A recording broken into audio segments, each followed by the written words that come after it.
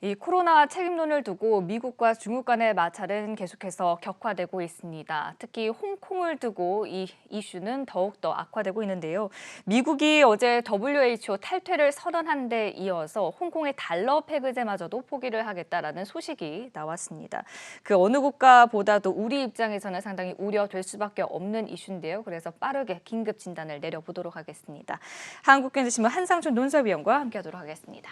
어서 오세요. 네, 안녕하십니까. 네, 먼저 본격적인 이야기를 나눠보기 이전에 오늘 뉴욕 증시 흐름 상당히 하루 만에 또 바로 상승 전환하는 움직임이었거든요. 어떻게 네. 보셨는지요? 상당히 의미가 있는 하루이지 않냐 생각합니다. 우리가 미국의 코로나 환자와 같은 급증 소식, 이 대형 악재에도 불구하고 3대 지수가 이렇게 올라가고 나스닥 지수가 다시 어제 조정에 이어서 사상 최고치 종가 기준으로 기록했는데요.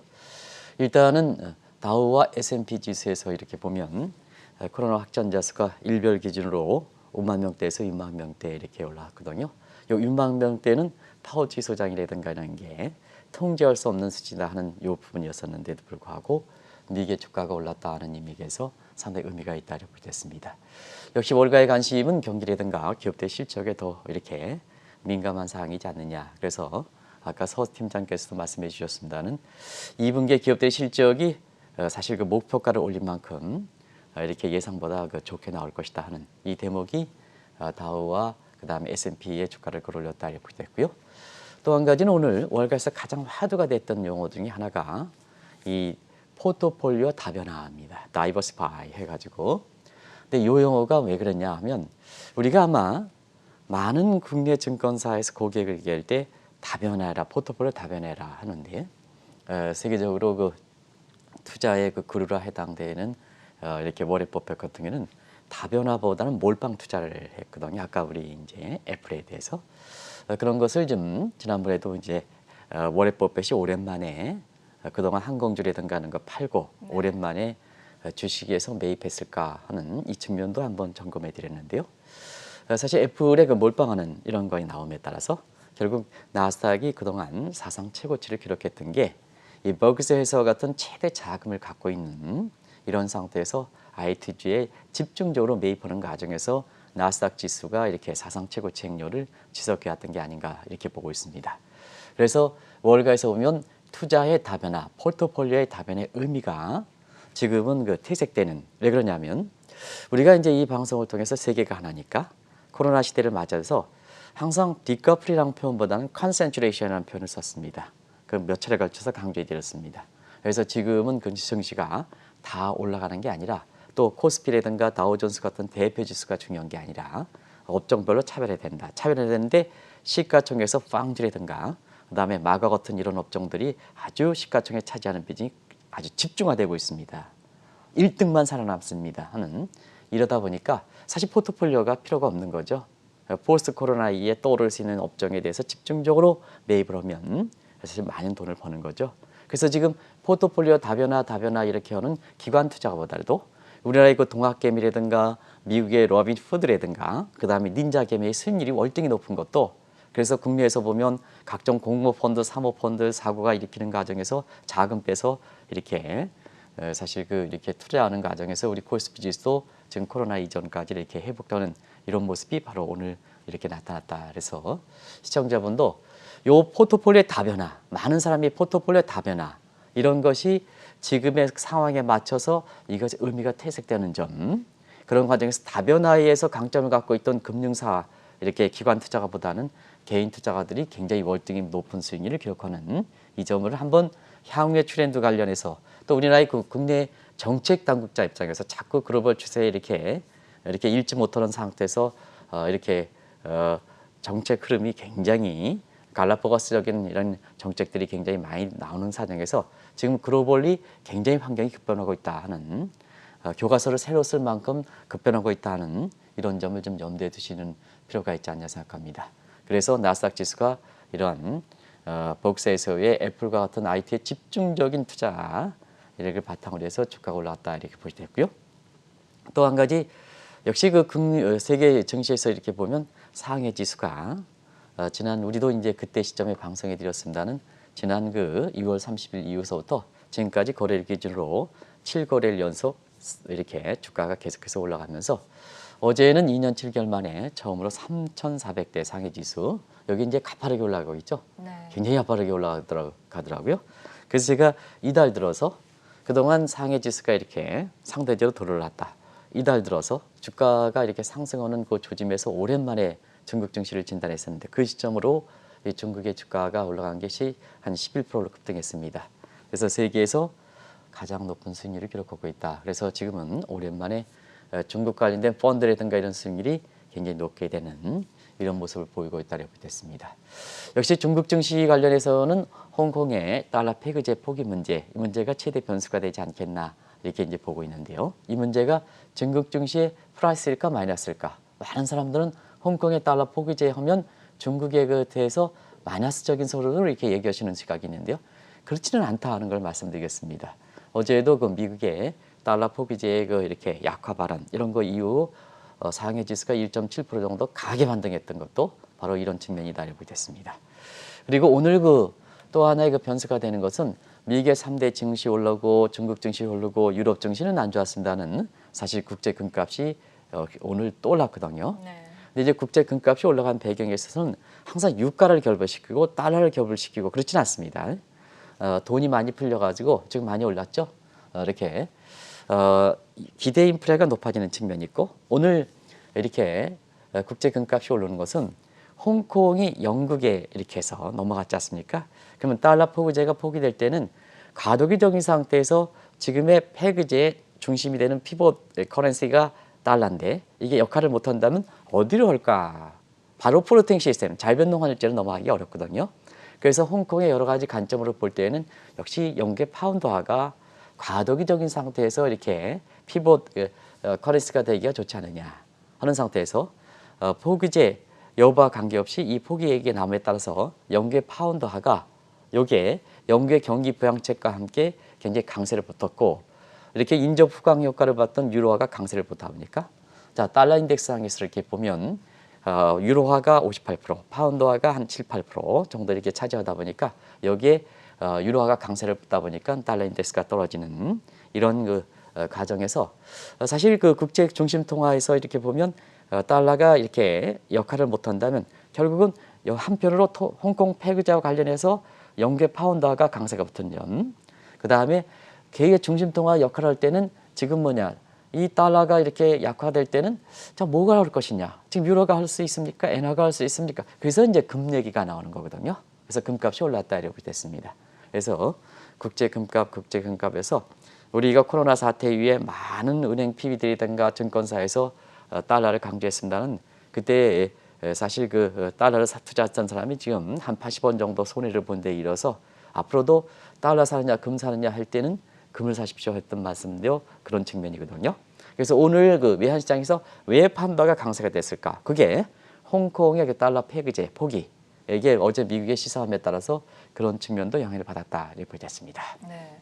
역시 또 가장 관심이 되는 것이 블룸버그에서 보도한 지금 말씀해주신 미국 쪽에서는 홍콩의 달러 페그제를 약화시키는 방안을 검토하고 있다 이 이야기일 것 같은데요. 네, 사실 그 홍콩의 보안법 문제 우리가 보면 5월 27일 날 전인대 폐막일에서 이것이 결정이 됐죠. 그래서 전인대에서는 이렇게 결정되더라도 그게 법적 효력이 없으니까 법적 효력을 잡는 작용에서 두 가지 있죠. 하나는 상무위에서 결정해야 되고 그다음에 상무위에서 결정된 사항을 자동 수순이긴 하지만 시진핑이 서저약을 해야 되거든요. 이런 것이 지난달 말 6월 30일 날 그때 중국 증시와 관련해서 방송도 있었죠. 6월 30일 날 전인대 상무위에서 이렇게 그 확정된 이후에 곧바로 예고경을 거치지 않고 바로 시행했습니다. 그러다 보니까 역시 홍콩의 보안법 시행 문제에 대해서 미국이 민감하게 반응하는 것은 미국이 그만큼 충격이 많을 수가 있다는 얘기거든요.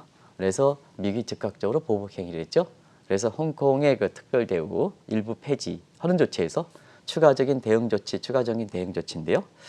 여기에 그 추가적인 대응 조치에서 마지막 나올 수 있는 분야가 홍콩의 달러 페그제 포기 문제거든요. 근데 그러한 우려가 예상됐고 이 방송을 통해서도 홍콩의 그 문제가 이렇게 될 때는 결국 최종적으로는 이렇게 특별 대우 폐지할 때에 달러 포기제 포기 문제가 검토되겠다 하는 말씀을 드렸습니다. 네. 근데 어제의 그 미국에서 이렇게 검토를 하는 이런 모습인데요.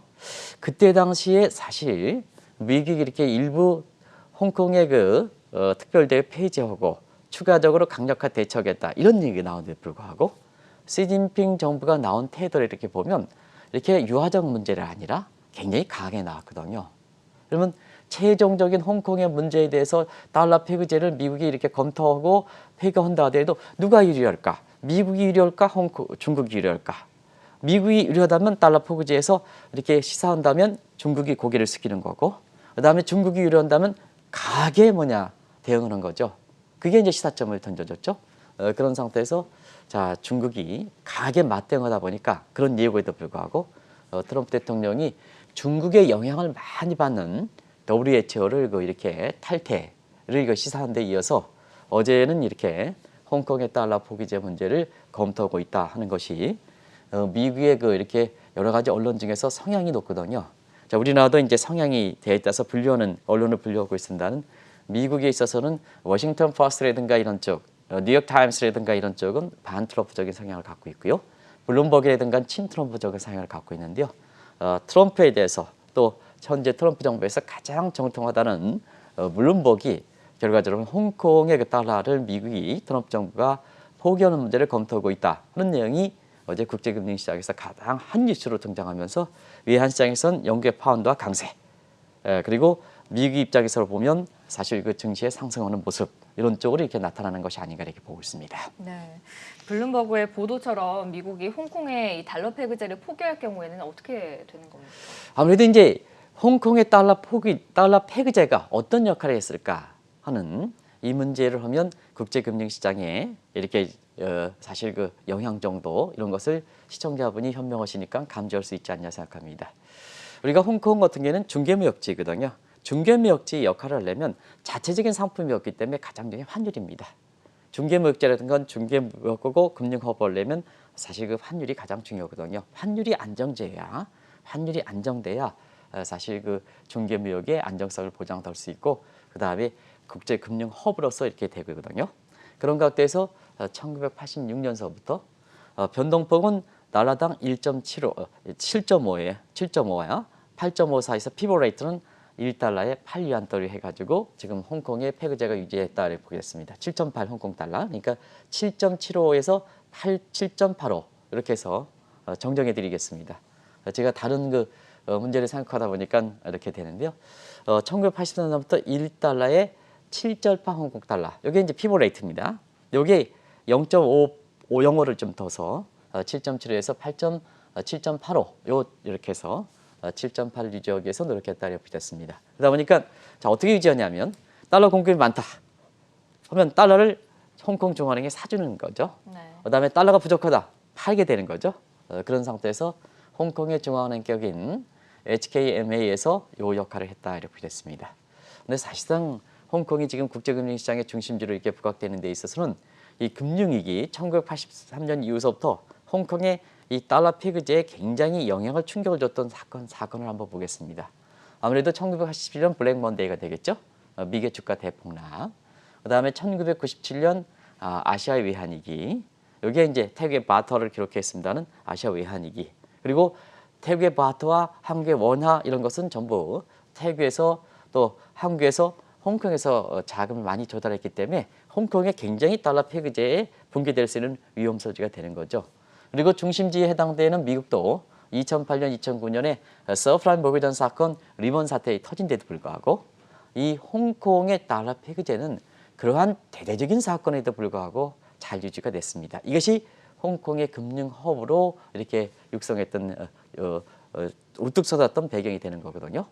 그러면 지금의 홍콩이란 국가 또 달러 폐기제가 이렇게 국제금융시장의 디딤돌 역할을 했는데 지금은 이 폐기제가 포기될 때는 어떻게 금융 허브가 약화될 것인가 하면 홍콩 내부에 얼마나 많은 금융사와 얼마나 많은 헤지펀드가 들어가 있을까 하는 것을 파악해 보시면 이 홍콩의 국제금리의 위상이라든가 이게 약화됐을 때는 얼만큼 충격이 됐을까 하는 것을 아실 수 있지 않냐 생각합니다. 그런 각도에서 일단은 세계 100대 은행입니다. 100대 은행. 100대 은행에서 아시아의 거점을 약 70개 은행이 아시아의 거점을 홍콩으로 삼고 있다. 이 자체가 사실 세계에서 보면 지금은 미국의 이렇게 국제 금융 중심지, 그 다음에 영국이 2위. 프랑크푸르트를 많이 따지는 사람인데 프랑크푸르트는 사실 그 채권과 관련돼 있습니다.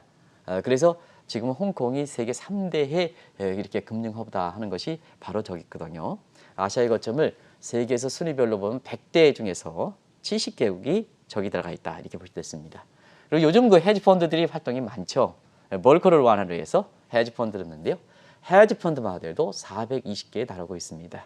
420개. 그리고 요거는 어떠냐? 싱가포르, 한국, 그 다음에 일본 내에서 활동하는 헤지펀드보다 더 많은 다 이렇게 보게 됐습니다. 특별히 한국은 대형 증권사를 중심으로 해서 홍콩에 다 들어가 있는 상태죠. 그래서 해외에 이렇게 지금 이렇게 나가 있는 우리나라의 그 금융사들, 증권사들의 실적이 좋은데 그 실적이 바탕이 되는 것이 지금 홍콩이거든요. 미국에서 뭐 이익이 납니까? 인도에서 납니까? 런던에서 납니까? 프랑크푸르트는 우리가 격리되어 있는 분야고요. 그래서 홍콩에서 그나마 이렇게 돼서 앞다투어 이렇게 베트남에 인도네시아 진출하는 건 지금 영업 기반 차원이고요. 거기서 포트폴리오 전략을 하기 위해서는 홍콩에 들어가 있는 상태거든요.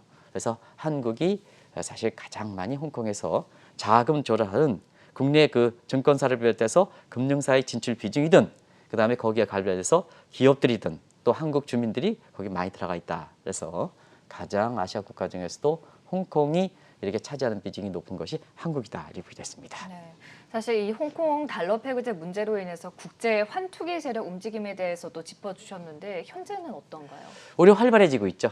어제 이렇게 보면 국제 환투기 세력들이 이렇게 보면 어제 움직임이 아주 뚜렷하게 더 감지되고 있다 이렇게 됐습니다.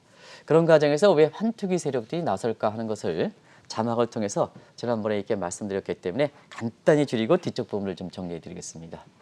홍콩 폐기제 붕괴하면 홍콩이 뭐 내부적으로 자금을 뭐 이렇게 사실 그 폐기제가 붕괴되면 내부적으로 이렇게 자금을 유치할 만한 그렇게 머물게 한 만한 홍콩 내부적으로 무슨 상품이 있습니까? 뭐 있습니까? 사 있습니까? 그리고 지리적으로도 뭐 안정성이 보장돼 있지 않죠? 왜냐하면 홍콩이 중국의 예속 국가고 미국과 마찰을 부리기 때문에 내부적으로는 자 폐기제 이외에 들어왔던 외국의 자본, 외국의 기업 그다음에 경우에 따라서 사람을 이렇게 폐기제 포기될 때에 이렇게 남겨줄 수 있는 이런 그 매력이 없는 거죠. 그러다 보니까 폐기제가 이렇게 붕괴되는 모습에 대해서 왜 이렇게 중요하냐면 폐기제가 붕괴될 때는 결국 자금 이탈과 홍콩 경제 특성상 경기 간의 악순환 거래, 비셔스 사이클이 형성될 가능성이 높기 때문에 그렇다 이렇게 됐습니다. 그리고 홍콩이 앞서 말씀드린 같이 글로벌 금융시장에 차지하는 비중이 높기 때문에 이것이 전염 효과가 큰 것도 이렇게 이게 주목된다 이렇게 됐습니다. 그럼 간단히 저 화살표를 통해서 말씀드리겠습니다. 홍콩 폐기제 포기 자금 이탈되겠죠. 그러면 뭐냐? 홍콩 자산시장이 붕괴가 되겠죠. 그러면 홍콩 자산시장이 붕괴되면 마진콜이 걸리고 마진콜이 걸리면 그 채워넣기 위해서 닐 레버리지 되니까 자 한국이라든가 일본이라든가 싱가포르라든가 이런 데 전염이 되는 이런 연쇄 파동이 되는 거죠. 이런 상태에서 사실 경우에 따라서는 이 홍콩이 차지하는 비중이 태국의 마타보다 또 한국보다도 더 차지하는 비중이 크기 때문에 만약에 폐기제가 포기돼서 저런 비시어스 사이클이 형성될 때는 아시아 외환위기보다 더 큰 타격이 되지 않겠냐 해서 지금 앞서 그 정 앵커가 이렇게 6시에 딱 이렇게 문을 열면서 거기에 주요 뉴스에서 이렇게 보면은 홍콩의 그 미국이 홍콩 달러 포기 시사하는 것을 큰 자막으로 나갔던 것도 그만큼 충격이 클 것을 이렇게 보기 때문에 아마 자막에 넣은 것이 아닌가 이렇게 생각하는데요. 결과적으로 보면 자 지금 상태에서 홍콩 내부적으로 사람을 머물게 하고 그 다음에 자금을 머물게 하고 기업을 머물게 하던 매력이 없다면 포기제가 홍콩 달러가 포기되면 폐기제가 포기되면 홍콩이 내부적으로 유인이 없으니까 강한 점이 없으니까 건강한 게 없으니까 결국 이렇게 홍콩 달러는 약세가 되겠죠. 그럼 홍콩 달러가 약세되면 약세를 이용해서 우리나라도 국내 주가가 코로나 사태 이후에 2월 중순부터 3월 이렇게 중순까지 아주 떨어지면 자 떨어지는 걸 미리 대비해서 이렇게 공매도 하는 거죠. 공매도 하는 거죠. 그래서 책에 보면 홍콩의 달러 약세를 겨냥해서 포기제 여부와 관계없이 달러 포기 없이 약세를 해서 공매도 하는 이런 환투기 세력들이 아주 급증하는 모습이다 이렇게 보시면 되겠습니다. 네, 폐기제 유지를 위해서는 이제 뭐 또 최고의 방도로 IMF가 나서야 되는 거 아니냐 이런 시각도 있지 않습니까? 지금 한번 보겠습니다. 이 홍콩 달러 폐기제를 유지할 수 있는 국가가 뭐냐 하면 중국이 예금이 많기 때문에 HKMA에서 중앙은행에서 사실 그 예금 잔액의 큰 비중을 차지하는 게 중국이지 않습니까? 그리고 미국이 사실 중심 통화 입장에서 폐기제 유지에 중요한 역할을 하죠. 그럼 양국을 한번 보겠습니다. 일단 중국 같은 어떤 입장이냐면 우리가 보면 위대한 말 개발, 소위 여기 이제 제목에 나오고 있습니다는 Great Bay Area 여기에서 홍콩을 제외시켰거든요. 그러면 홍콩은 일국 양제다 하지만 실질적으로는 보안법에 의해서 일국 일제 체제로 이렇게 가기 때문에 홍콩의 예외적인 경제 지위를 인정하지 않는다는 얘기입니다. 그래서 빨리 홍콩을 좀 이렇게 국제 금융사 위상에서 좀 떨어뜨려서 지금 인프라가 다 개발되어 있는 게 푸딩이라든가 그다음에 상하이가 전부 국제 금융 시장에서 홍콩을 대신할 수 있는 이러한 금융의 중심지를 마련한 상태거든요. 근데 홍콩이 저거 국제 금융 시장이 계속 중심지 위치에 있으니까 돈을 많이 들여가지고 홍콩과 상하이라든가 푸딩이 이렇게 했는데도 불구하고 거기가 개발되지 않는 거 아니겠습니까? 그럼 빨리 이렇게 되지 않습니까? 그래서 이미 중국 같은 경우는 홍콩의 달러 폐기제 붕괴에 대해서 아주 그렇게 개의치 않는다 이렇게 됐습니다. 이미 달러 폐기제가 경우에 따라서 붕괴가 되기를 바라는 게 중국이다 이렇게 됐습니다. 그럼 이제 버팀목이 아닌 미국이거든요. 근데 미국은 이번 같은 경우에는 어제 같은 경우에는 달러 포기제를 하겠다, 검토하겠다 이랬죠. 그러다 보니까 어떠냐? 결과적으로 보면 이 국제금융시장에서 홍콩의 달러 폐기제가 두 축에 해당되는 것이 결과적으로 보면 이미 중국은 바라고 그다음에 미국은 뭐냐? 미국은 이거에 대해서 검토하다 보니까 두 축이 무너지는 거죠. 그러면 이제 여기서 한번 보겠습니다. 양국만 생각한다면 자, 홍콩의 달러 포기제가 미국 입장에서 보면 포기제를 검토했다 이렇게 하는데 이 포기제를 미국이 실질적으로 보면 가져갈 수 있는 거냐? 그러면 미국이 포기한다면 중국에 유리한 박수를 쳐주는 건데요. 그래서 검토하고 시사했다 하지만 일전에도 한번 말씀드렸습니다. 미국이 달러 포기제를 유지하는 것이 미국이 더 큰 특혜다. 이거 어떻게 포기하느냐 하는 과정에서 너무 홍콩의 달러 포기제 문제에 대해서 너무 이렇게 우려하지 마십사 하는 이런 말씀도 드린 적이 있는데요. 지금 미국 내에서도 사실 이런 측면이 강하거든요. 그래서 양극만 놓고 본다면 사실 미국 입장에서 홍콩 달러 포기제 유지에서 이점이 많기 때문에 미국 입장에서 쉽게 검토하지만 이것이 추진될 가능성은 적다 하는 입장인데요. 그럼에도 불구하고 트럼프 대통령이 이성적입니까? 그 경우에 따라서는 미중 간 마찰 과정에서 사실 그 대선 과정에서 본인 자신을 분류하게 되면 WTO까지 탈퇴하는데요. WTO 탈퇴하니까 환경 문제에 대해서 굉장히 강한 장점을 갖고 있는 조 바이든이 그대로 나왔지 않습니까? 내가 대통령이 된다면 WTO에 재가입하겠다 하는 입장으로 바로 나오고 있지 않습니까? 이런 문제거든요. 이런 문제에 대해서 이렇게 개인적인 이익을 중시하는 전형적인 폴리틱션에 해당되는 것이 이렇게 미국의 이익을 생각합니까? 미국의 국가 이익을 생각하면 홍콩의 달러 포기제를 유지해야 되겠습니다. 달러 폐기제를 유지해야 되겠습니다는 개인 입장에서 대선에 분리하면 미중 간 마찰 과정에서 결국 포기하게 될 수도 있는 거죠. 이 포기될 수 있는데요. 그러면 그때는 뭐가 홍콩 달러를 포기제를 유지했을까 할 때는 세계 최후의 안전변 역할을 하는 IMF가 나서야 되죠. 네. 근데 IMF 같은 경우에는 최후의 안전변 역할을 하고 있습니다는 사실 지금 국제 다자체에서 보면 WTO가 제 역할을 합니까?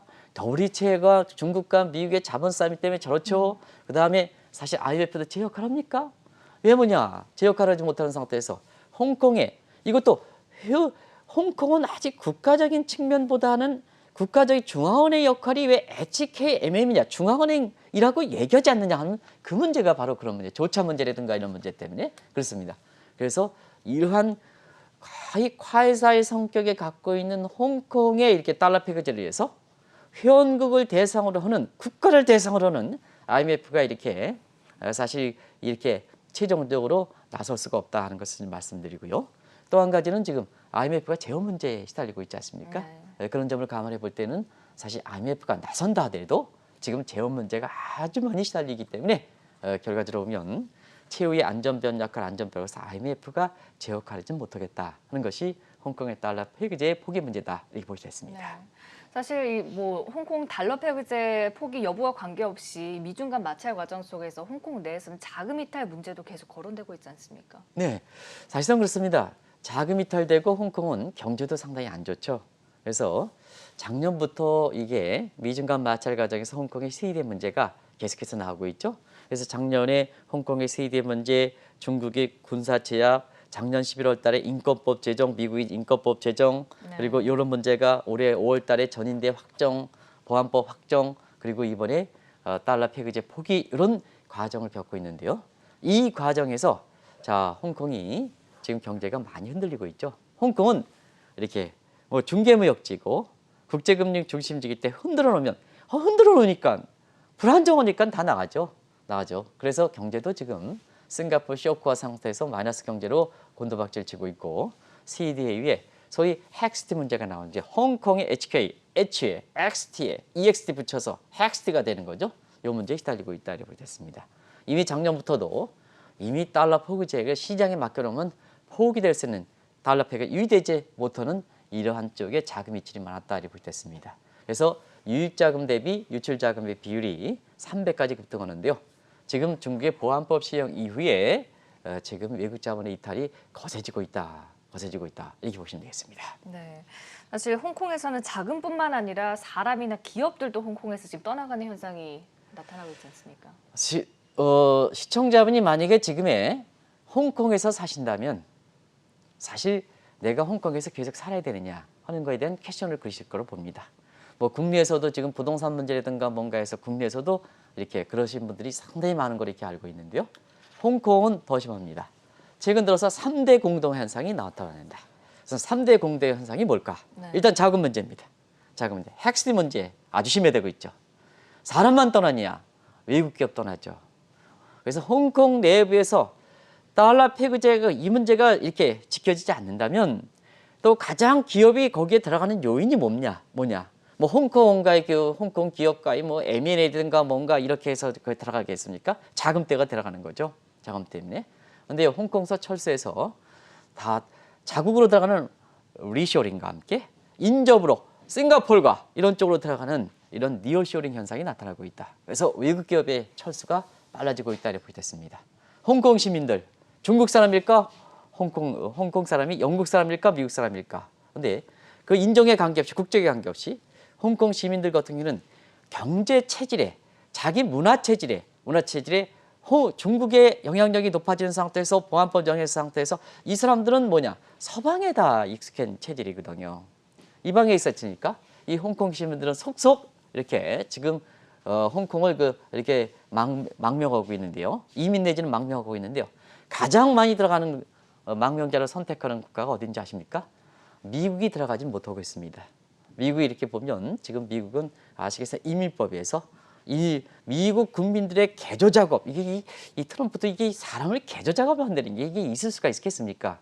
그래서 지금 보면 미국의 학교에서 보면 2학기에서도 전부 사이버 강의하겠다 하는 상태에서 자 경제 오프라인 강의를 하든가 이거 목적인데 왜냐하면 자기 책임을 회피하기 위해서 오프라인 강의를 안 하고 사이버 강의에서 학생들의 보건 생각해서 자기 책임으로 들어오는 사이버 강의 할 때는 자 비자들 다 철수해라. 한국에 유학생들 한 5만 명이 넘는 거는데 다 나가라. 이렇게 하다 보니까 미국의 그 학교에서 입장에서는 자 사람이 다 나가면 사람이 나가면 어떻습니까? 등록비만 문제입니까? 거기에 한국의 유학생들이 오면서 옆에 학교 주변에 부대시설, 학교 내부의 상업시설 같은 것이 다 국가의 대학의 재원으로 이렇게 되는 거거든요. 그러니까 대학이 줄어든다, 재원이 줄어든다. 그러다 보니까 빨리 오프라인 강의를 하라. 이런 얘기 아니겠습니까? 이런 상태에서 사실 미국에 들어가기가 지금 이런 문제 때문에 쉽지 않기 때문에 홍콩 시민들은 과거에 나의 정신은 뭘까? 나의 아이덴티티는 뭘까? 영국이다. 그래서 뭐냐? 영국으로 물려 들어가니까 영국의 파운드와 수요가 들어가니까 파운드 수요가 높아니까 파운드 강세. 그다음에 영국의 지금 이민청에서 홍콩 시민들이 들어오는 이런 쪽에서 다시 이민자 수가 급증하고 있는데요. 보겠습니다. 결국 자금 나가, 그다음에 기업 나가, 그리고 뭐 사람도 나가. 그러다 보니까 홍콩에서 보면 결과적으로 보면 미중 간 마찰 과정에서 달러 폐기제 포기한 관계없이 결국은 소극빈 강정, 도넛 현상이라는 거 아시죠? 이렇게 도넛에서 보면 가장 핵심적인 코어 부분이 병 뚫려져 있지 않습니까? 도넛, 산업 공동화, 자금의 공동화, 사람의 공동화 하는 과정에서 베네수엘라 전철을 받지 않겠느냐, 베르사 경제가 되지 않겠느냐 하는 이런 우려가 나오는 상태에서 자, 세계는 있잖아요. 한쪽이 이렇게 어려움을 당하면 요 홍콩이 갖고 있는 금융허비 위상이 굉장히 높아졌지 않습니까? 높지 않습니까? 매력이. 그러다 보니까 이것을 이렇게 딱 거기에서 지금 싱가포르이 가장 빨리 홍콩을 대체할 수 있는 금융 위상 역할이 부각되고 있습니다. 사전에 준비가 잘 돼 있으니까 이미. 그러다 보니까 최근에 홍콩의 비거주자 예금, 비거주자라는 것은 싱가포르 국민이 아니라 홍콩에서 들어온 사람들이 대부분인데요. 이 사람들의 예금이 홍콩 마찰이 5배나 증가했습니다. 5배. 그래서 아베 정부도 뭐냐, 여러 가지 어려운 가운데 홍콩의 금융 허브를 자 도쿄로 인식하겠다 하는 측면에서 굉장히 주력하는 양상이거든요. 이게 국제사의 생리다 하는 걸 말씀드리겠습니다. 네. 그렇다면 이런 홍콩의 달러 패거자가 흔들릴 경우 가장 문제되는 것은 이제 우리 입장인데요. 네, 우리 입장은 누누이 말씀드렸죠. 그래서 우리 수출 비중이 높다. 그다음에 앞서 말씀드린 같이 금융사의 진출 비중 뭐 이렇게 높은데요. 사실은 우리 정부, 문재인 정부 입장에서는 이런 홍콩과 관련돼서 한국의 기업의 수출 비중, 간접적인 수출 비중 내지는 우리 금융사들이 거기에 많이 들어가 있는데도 불구하고 미중알 마찰 과정에서 홍콩 문제를 비하하는 과정에서 현 정부가 이거에 대해서 얼만큼 준비하고 있을까? 이 문제에 대해서 얼만큼 문제 심각성을 해서 이 문제에 대해서 준비하고 있을까 하는 측면에서는 지금 뭐 부동산 문제에 대해서 이렇게 뭐 개인적으로 보면 국제 금융 시장에 이렇게 큰 변화를 보면 굉장히 비중이 작은데도 불구하고 거기에 뭐냐 이렇게 몰두하다 보니까 이런 금융 세계적으로 이렇게 중요한 흐름에 대해서 정부에서 이 문제에 대해서 좀 대책이 나와야죠. 뭐가 좀 대책이 나와야 되지 않습니까? 그리고 국내 그 증권사라든가 이런 데도 현재 가보니까 별 문제가 없습니다. 현지에 있는 사람들 별 문제가 없습니다 하다 보니까 이게 준비가 안 되고 있어요. 준비가 있어요. 세계적으로 보면 싱가포르는 금융 허브를 홍콩에서 유치하겠다, 일본은 하겠다 해서 세계적으로 이렇게 모습이 되고 있는데요. 자, 현지에 나가 있는 사람한테 전화 한번 해보시기 바랍니다. 그 사람이 심각하냐 아니냐. 심각하지 않다고 얘기죠. 심각하면 뭐냐, 들어와 이렇게 하니까 본인 자신 들어와 이렇게 하다 보니까 자연스럽게 뭐냐 그 문제에 대해서 심각성을 얘기하지 않는 거죠. 현지에 나가서 오랫동안 뭐냐, 현재 나가 있는 사람들 같은 경우에는 오랫동안 그 특수성을 볼 때는 오랫동안 머물고 있기 때문에 전화했는데 본사에서 전화했는데 심각해 들어와 하니까 본인 자신의 위상이 떨어지게 되죠. 그래서 현지에 보니까 괜찮더라. 이 얘기만 놓고 지금 문제들이 이렇게 심각성이 되는 부분에서 사전 준비가 안 되고 있는데요.